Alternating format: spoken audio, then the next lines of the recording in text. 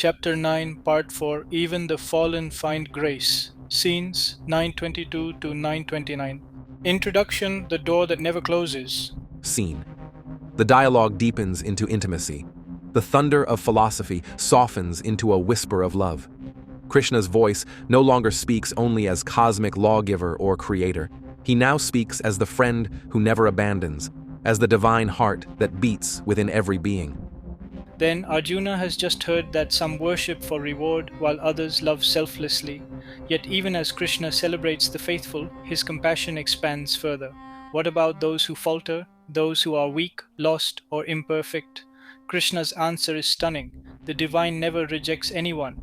No matter where a person begins with doubt, fear, sin, or ignorance, a single spark of sincere love awakens grace. This is the revelation of divine accessibility.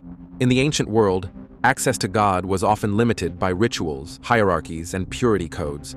But Krishna breaks all such walls. He declares that anyone, from the learned sage to the humble villager, from kings to outcasts, can approach him directly through devotion. Even a simple leaf, flower, fruit, or drop of water, if offered with pure heart, becomes a bridge between human and divine. For Arjuna, this is the most healing truth yet. The war has shown him human weakness and moral confusion. Krishna's teaching assures him that divine love is not reserved for the perfect but extended to the striving. Grace, not merit, opens the way. Now, in our modern world, this message carries deep relevance. Many feel distant from spirituality because they think they are not good enough or too late to change. Krishna's words dissolve that illusion. God does not demand perfection, only authenticity. You can begin where you are, with what you have. A kind act, a moment of gratitude, a sincere prayer, these are enough to touch infinity. Krishna also redefines what worship means. It is not confined to temples or texts. It happens in every act done with love. Whether cooking, teaching, caring for family, or working, all can become offerings. The divine is not looking for grand gestures, but for genuine hearts. This section also balances devotion with equality. Krishna's grace is universal, not limited by gender, class, or background. Even those called fallen by society can rise through love. The Gita thus becomes not only a spiritual scripture, but a declaration of divine democracy.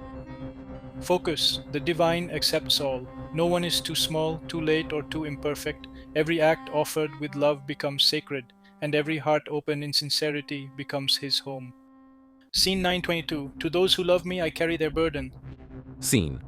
Krishna declares, "To those who are constantly devoted and who worship me with love, I give what they lack and preserve what they have." Then, this verse glows with the warmth of divine assurance. Krishna promises not only acceptance but companionship. He does not merely bless the devotee, he walks with them, supports them, and protects them. The divine is not passive, he participates in the devotee's life, fulfilling needs and guarding what is precious. For Arjuna, this is an entirely new understanding of God. He is not a distant judge but a loving caretaker. Krishna does not demand offerings, he gives himself. When one loves him sincerely, life ceases to feel like a struggle for control because the Supreme takes responsibility for the seeker's journey. Now, in our busy, uncertain world, this teaching brings immense comfort. Many feel overwhelmed by responsibility, family, work, survival, expectations. Krishna's promise lifts that weight. You do your best, I'll take care of the rest.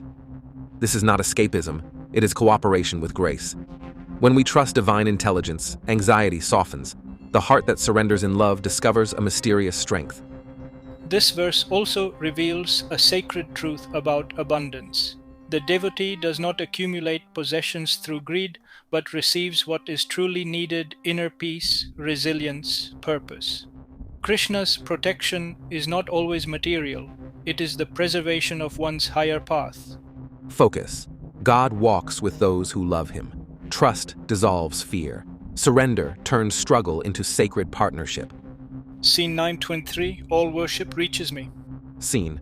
Krishna continues, "Even those who devoted to other gods worship them with faith. They too, O Arjuna, worship me, though not in the right understanding." Then Krishna's compassion expands beyond the boundaries of belief. He declares that all forms of sincere worship, even when directed elsewhere, ultimately reach him. People may invoke different names, symbols, and paths, but love always flows toward the same source. The divine accepts devotion in all its forms, for he is the essence behind every face of God. For Arjuna, this is a breathtaking revelation. On that battlefield of divided loyalties and competing dharmas, Krishna's words unify everything. The heart of devotion is one, even if the languages of faith differ. The goal is not conversion, but clarity to realize that all sincere worship is part of one universal song. Now, this teaching is profoundly relevant today. Humanity still divides itself over religion and ideology. Krishna's vision invites spiritual maturity to recognize unity beneath diversity. Whether one prays in a church, mosque, temple, or forest, the same love reaches the same truth.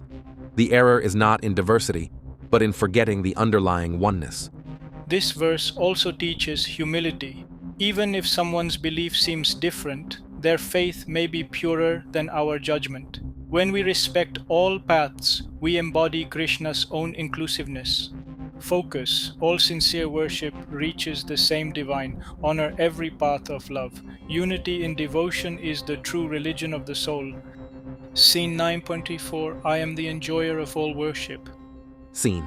Krishna declares, I am the enjoyer and the Lord of all sacrifices, but those who do not know me truly fall back into the cycle of birth and death. Then, Krishna now clarifies a subtle truth. While many worship various deities or perform rituals seeking worldly blessings, it is ultimately Krishna, the divine consciousness, who receives all devotion. Yet, when the worshipper fails to recognize the unity behind diverse forms, their vision remains partial and they stay bound by karma.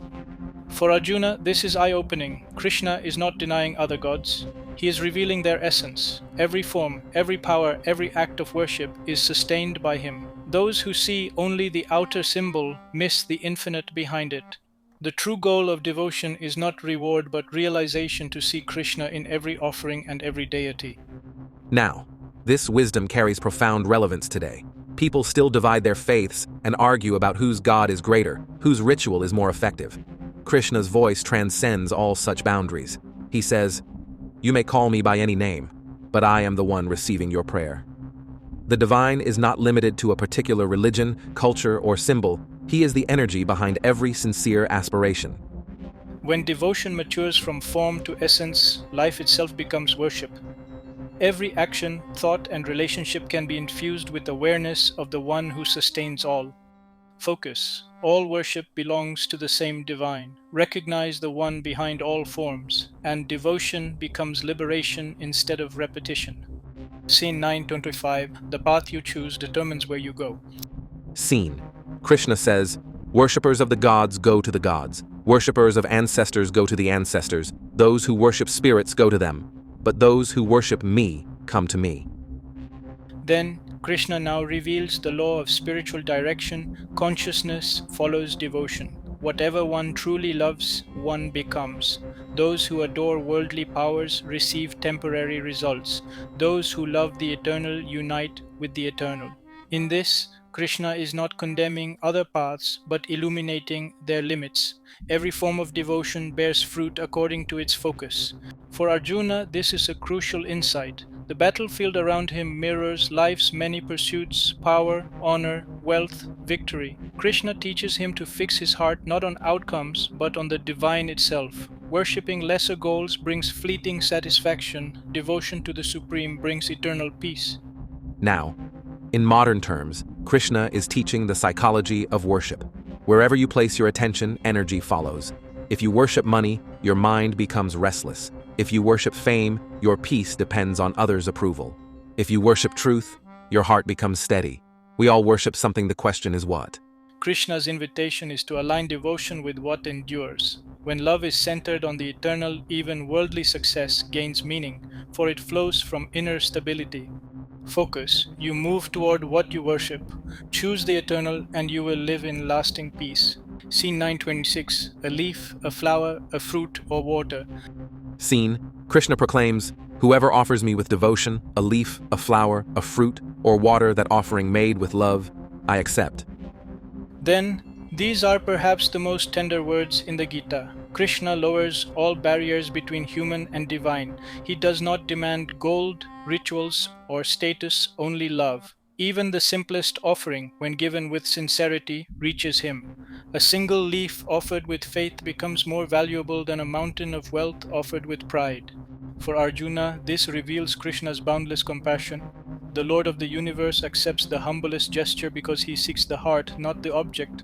What matters is not the size of the gift, but the depth of love behind it.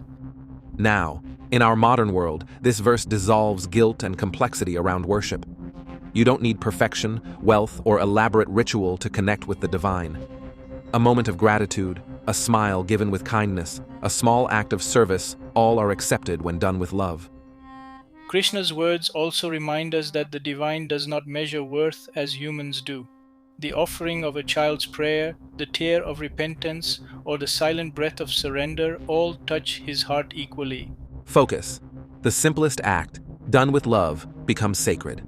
The divine measures devotion not by what you give, but by the heart that gives it.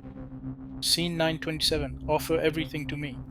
Scene, Krishna continues, "Whatever you do, whatever you eat, whatever you offer or give away, whatever austerity you perform, do that as an offering to me." Then Krishna now expands the scope of devotion beyond ritual. Every act, eating, working, giving, resting, can become worship when done with awareness. The divine does not live only in temples, he lives in the texture of everyday life. For Arjuna, this transforms his entire understanding of Dharma. Fighting this war, when done in surrender, becomes not violence but service. Krishna invites him to shift his motivation from self-centered effort to divine participation. When everything is offered to God, ego dissolves and peace follows. Karma Yoga, the yoga of action, thus merges seamlessly with Bhakti Yoga, the yoga of love. Now, this teaching has immense practical power today. It means that spirituality is not about escape from life, but transformation within it. Work becomes meditation when done selflessly. Eating becomes thanksgiving. Giving becomes grace. Even struggle becomes prayer when the heart says, "This too, O Lord, is yours." This verse liberates modern seekers from the split between spiritual and ordinary. When you act with awareness, everything becomes sacred. Focus, offer every act, every thought, every breath to the divine. When all is offering, life itself becomes prayer. Scene 928. Freedom through surrender. Scene, Krishna declares, "By offering all that you do and all that you eat, all that you offer or give away, all austerities you perform, you shall be freed from the bonds of karma, both good and bad. Thus, liberated, you shall come to me." Then Krishna now reveals the spiritual science behind offering. Every action, good or bad, binds the soul when done with ego, but becomes liberating when surrendered. To Arjuna, this is the key to freedom. He need not escape action, he must only purify intention. When all deeds become offerings, karma transforms into worship. The warrior, the worker, the parent, the monk, all can find liberation by living in remembrance. For Arjuna, this changes the meaning of his entire life. The war before him is no longer a chain of violence, but a field of service. Duty without attachment, action without pride, this is the true yajna, the sacred sacrifice of ego in the fire of surrender. Krishna assures him that such offering burns both merit and sin, leaving only purity. Now, this wisdom speaks directly to our modern struggles. Many of us work hard, do good deeds, and still feel burdened by anxiety. The reason, Krishna explains, is ownership. When we act for recognition, guilt, or control, we tie ourselves to the result. Freedom is not inactivity, but surrender doing one's best and releasing the outcome to the divine. Krishna's path is profoundly practical. Spiritualize your work, don't abandon it. Whether you're leading a company, teaching, or caring for family, let every action be an offering. The burden of "I must manage everything" dissolves, replaced by quiet confidence that you are cooperating with divine order. Focus. Offer every action to Krishna, and you'll be freed from its result. Surrender is not weakness. It is the highest freedom, working without bondage, loving without fear. Scene 929, I am equal to all, yet I love my devotee. Scene. Krishna declares, I am the same to all beings, there is none hateful or dear to me, but those who worship me with love dwell in me, and I in them. Then Krishna ends this section with a truth both universal and personal. He is equal to all, impartial, unbound by favoritism. Yet, he adds, those who love him dwell within his heart. This is not contradiction, but complementarity. His grace shines everywhere like the sun, but those who open their windows feel its warmth. Devotion does not make God love us more, it makes us more receptive to his love. For Arjuna, this is the perfect resolution. Krishna, the cosmic Lord, is just and impartial. Yet the personal Krishna, the friend beside him, responds intimately to love. The same power that governs the stars also answers the prayer of a single heart. Divine equality thus blossoms into divine intimacy. Now, this verse transforms how we understand grace in today's world. Many imagine God as either distant judge or indulgent parent. Krishna reveals a subtler truth: the divine is equally present to all, but our awareness determines our experience. When we live in harmony with truth, his grace feels near. When we turn away, it seems absent, though he never withdraws. This is also a reminder of inclusiveness. The divine plays no favorites. Every soul, regardless of culture, faith, or status, is equally loved. The difference lies not in God's heart, but in our openness. The moment we surrender, we realize he was always there. Focus. The divine loves all equally, but is felt most by those who love in return.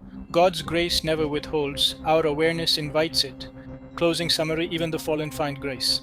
Scene. The air around the chariot feels lighter now. The storm of philosophy has turned into the calm of understanding. Arjuna's eyes soften, Krishna's words flow like nectar. The warrior has learned that perfection is not required, only sincerity. Grace, not merit, opens the gate to liberation. Then, Krishna begins this section by promising his protection to those who love him. Scene 922. He provides what they lack and preserves what they have: divine partnership, replacing anxious effort. Even those who worship other deities, he says, are worshiping him in their own way. Scene 923. He alone is the enjoyer of all sacrifice, the receiver of all worship. Scene 924. Yet, those who worship for worldly rewards attain only temporary results, while those who worship him attain the eternal. Scene 925. Then comes the heart of his compassion. Even the simplest act, a leaf, a flower, a fruit, or water, when offered with devotion, reaches him. Scene 926.